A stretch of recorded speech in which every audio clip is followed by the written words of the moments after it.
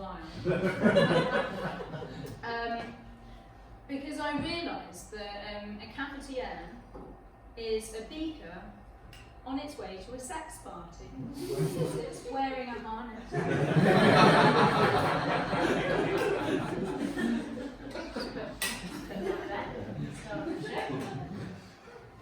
So there's this beaker, and it's always really wanted to go to a sex party, but it never had the courage until tonight. So it dons its cafetière harness and its plunger, and it knows what it's after. It wants to get filled up with hot water by a big steamy kettle.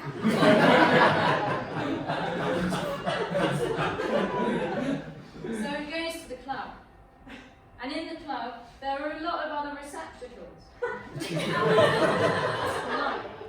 There's a cup of soup, there's a pot noodle, there's a mug, and there's this teapot, you know, rosy cheeks, shiny spout, very svelte. Teapot and the cafetière start chatting.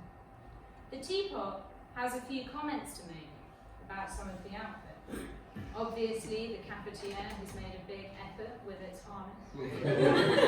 The teapot, well, I've got my little hat. Pot noodle has just whipped its lid off and sauntered in. Slut. Cafetière secretly a little bit jealous. But they're all chatting and they're having a nice time, but they're all there for one thing, and that's the kettle. So the kettle arrives, wearing a boiler suit, and it walks over to the mains, and it plugs itself in, and it starts warming up, and it's warming up, and it's warming up, and it's getting hotter and hotter, and steam's beginning to come out of its eyes like a bull that's just seen red flag, and it's beginning to get sweaty and sweatier, and it starts vibrating a bit, and then it's like, oh my god, I think I'm about to, oh no, hang on, I'm about to click, I just boiled.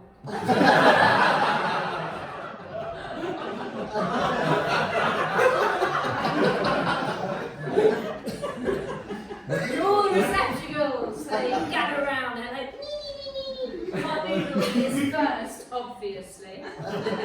Cafetière is a little bit nervous, you know, it's his first time. So the teapot holds its handle and they go up together. And one by one, the kettle fills them each up with hot water. And they breathe their tits on. And the kettle takes a step back and stays still. On the one hand, it's really happy, it's just boiled. And it's made a lot of receptacles have a great time. But it now feels kind of empty and drained. And it doesn't really know what it's supposed to say. So it just, you know, it skulks off, probably goes and chats to the toaster. I don't know, I live alone. But eventually it gets to the end of the night. And the teapot and the cafetière decide to share a cab back to Teapot's cupboard. I mean, cabs are expensive. And that whole thing with the kettle was pretty intense. So they don't want to be on their own. They get back to the cupboard. Teapot takes off its hat, gets into bed.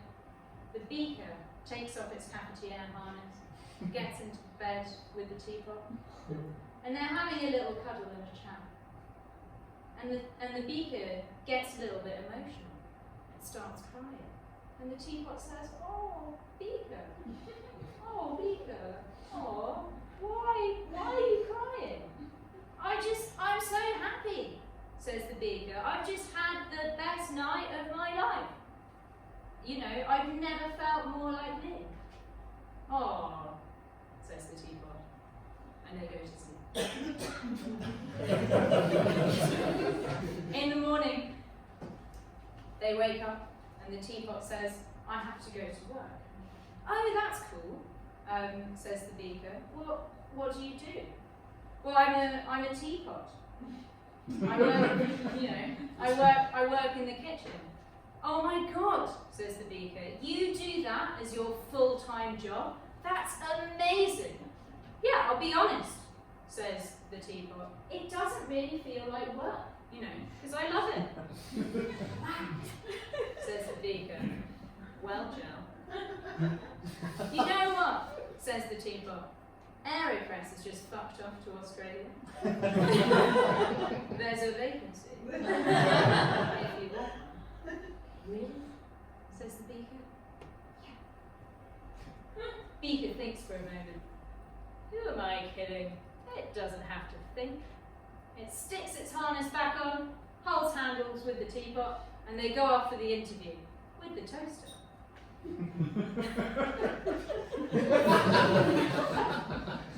Toaster wasn't a throwaway. Toaster's number one. It smashes its interview, which is impressive, I think, given that it was on such a come down from life. But there you'll see it, each and every day, working hard or hardly working, brewing its tits off in the kitchen.